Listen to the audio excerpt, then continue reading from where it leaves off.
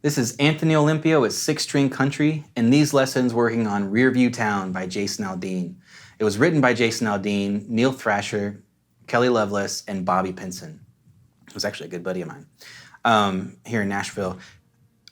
Before we talk about anything, make sure your guitars are tuned down 1/2 step, both the rhythm and the lead. So everything in E flat, A flat, D flat, G flat, B flat, high E flat. And I guess like this is kind of super typical Jason Aldean. It sounds just like a song he would do. He wrote it, so hopefully.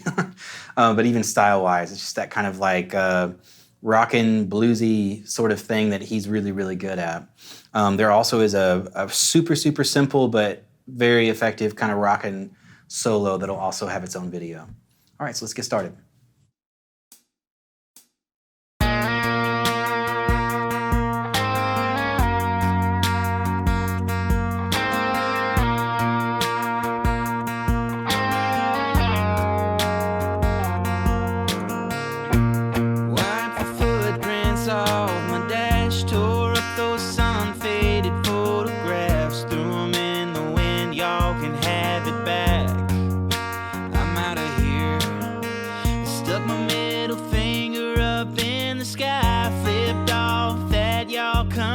Sign, looked in the mirror one last time and watched it disappear.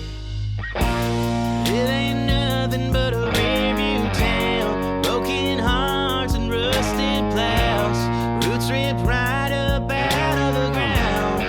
Never thought I'd ever leave it. It ain't nothing what it used to be. Population minus me on the other side of that. But yeah, we're going to kind of have two different things we do here. There is like an easy strum thing that we'll be getting to later in the song. So if you're just wanting to strum some chords, go ahead and flip forward in the lesson. We'll get to that when it gets to after the first chorus, okay?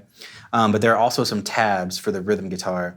And the tab part is a combination of, it's kind of like, I think on the recording, I'm pretty certain it's a clean electric. And I was just thinking like, if I was in the band and I was the acoustic player and there was one electric guitar player, I would probably be playing the part.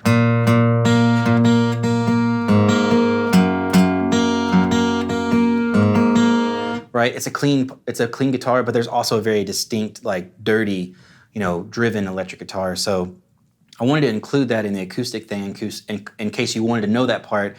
Along with, there is some pretty distinct acoustic parts on the record, like the part that's a ring after I play them. We'll hit the G string 4th fret first, and then I'm also using pick and fingers here. You can use just the pick, whatever you want to do.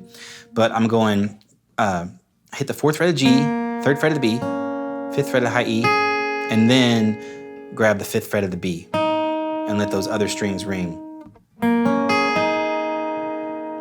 And then the same thing, but now the G string is open. So open G, 3rd fret of the B, 5th fret of the high E, 5th fret of the B. In that order. You play that twice for the second half of the verse. Let's play that slowly together. Here we go. 3 and 4 and 3, 3, 4. Cool. Play that twice through, and that's the second half of the verse. Let's go ahead and move on to the chorus. It starts just like the intro, the main riff we were talking about earlier, that whole thing. It's a little bit different now. Here, let me play through and I'll tell you where it's different. So it starts the same.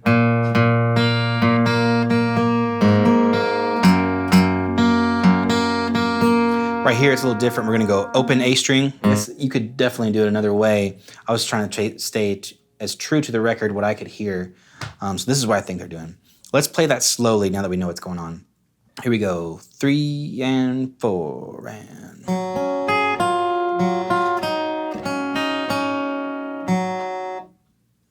Cool. Now that we got all these parts, let's try it with a metronome.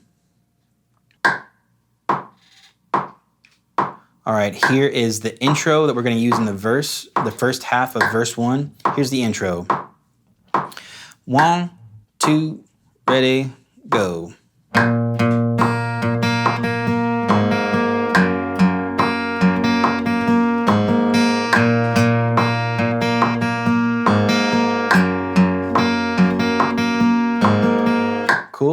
Here is the second half of verse.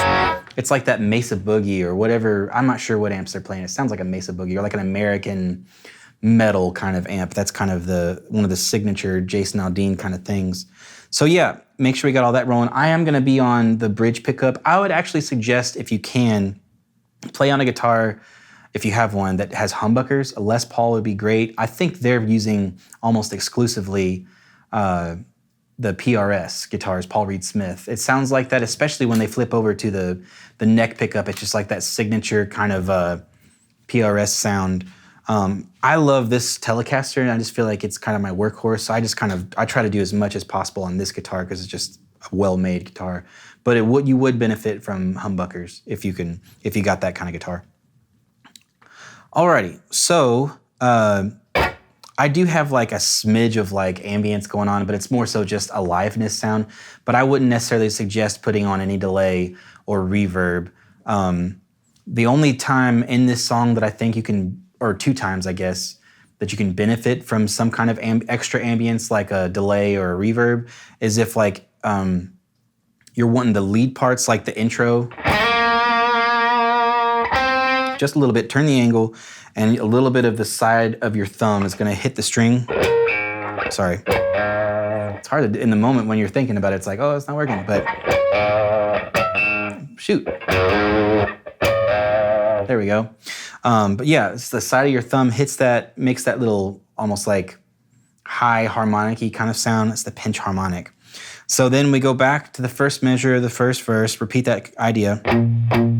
We're in the second half, by the way, of the first verse now. So we're doing that same thing we did in the first measure. Repeat the second ending. We're gonna call this second and third ending because we're gonna do this. Repeat back to the first measure. Here is ending 4. This is the last measure of verse 1. Sounds like this. So I'm going 3rd fret of low E, and then I'm gonna do down, up, down, and then just the 5th fret. All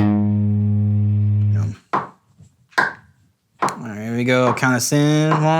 1, 2, 3.